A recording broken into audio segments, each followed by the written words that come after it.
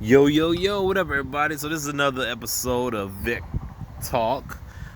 Straight off the Vic Cook, I just got through cooking, and but this is a topic that is very important, I believe, and I've been meaning to yell at some people about this, and now this is a fight that I've been fighting for a while or a long time.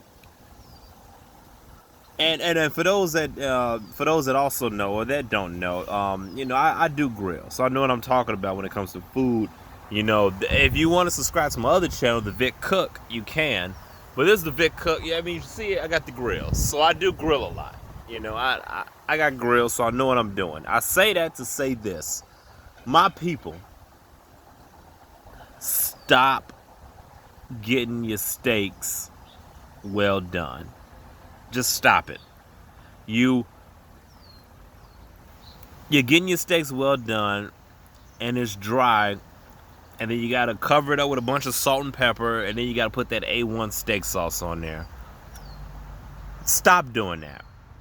Like, you're ruining the steak. You get a good, especially if you get like a nice ribeye. You get a ribeye or a filet mignon or even a T-bone, which is you get a T-bone or a porter. You get your nice cut of steak.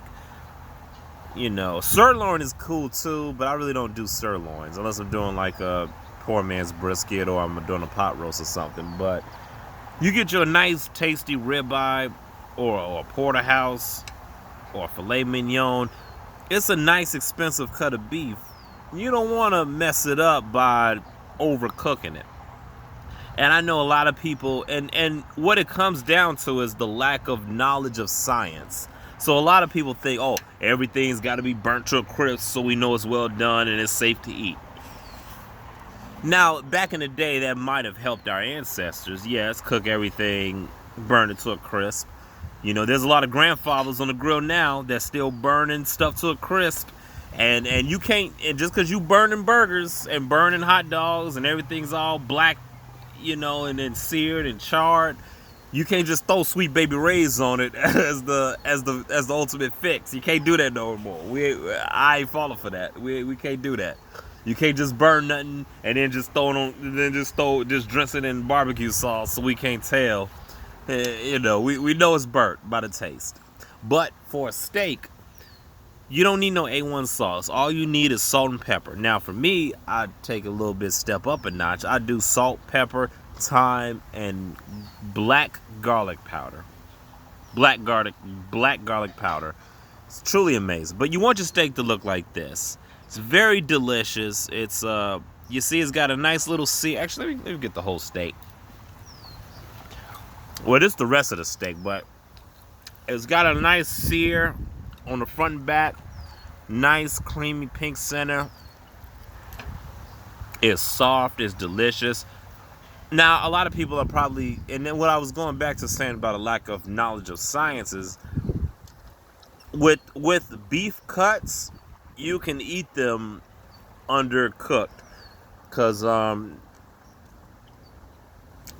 really don't remember all the science myself. All I know is it's safe to eat once it hit like once you sear the edges, because it's a lean cut of meat, so the bacteria is only going to be on the edges. So once you cook it and sear it and flip it, you don't have to worry about bacteria in the middle. Now, if it's ground beef, then you might have to worry a little something about bacteria in the middle. Now with chicken and pork, I cook those all the way through. But for some reason with red meat, you can, I don't know, it's probably a certain way how the fibers and stuff like that. But anyway, I don't know all that. But I've been eating my steak pink like this for years, and I'm still healthy. And the thing about this is, and I caught a lot of you people doing this, a lot of you people will not eat a steak this pink, but then y'all will go ahead and mosey on down to McDonald's or Burger King or Taco Bell, where they got all processed food. They do food, they cook their food in a lab and then bring it out to you, and then you eat that. And then a lot of you people will overcook the steak, so it's really tough, and then you will smother A1 steak sauce on there. nobody can tell me it is funny because when people tell me they like A1 steak sauce, and I used to like A1 steak sauce, I used to, but I don't anymore. But when people used to tell me that, when people tell me to this day that they like A1 steak sauce, I always ask them, name 5 ingredients that's in the A1 steak sauce. They can't name me the ingredients. They cannot tell me what's in it. Now, a lot of you people now are finna go look at your bottle and read it and then, comment. But off bat, nobody don't know what's in that A1 steak sauce. It's probably teriyaki, which is a sauce in itself. So what's in that sauce? And then black pepper, maybe some garlic powder, onion, maybe, I don't know. But stop with the A1 sauce. Stop with overcooking your steaks. I'm out here enjoying this beautiful cut. I'm full now because this is delicious. I had a full plate, but I ate all the veggies. And then I'm just enjoying, I'm savoring the last bits of steak. You want your steak to look like this.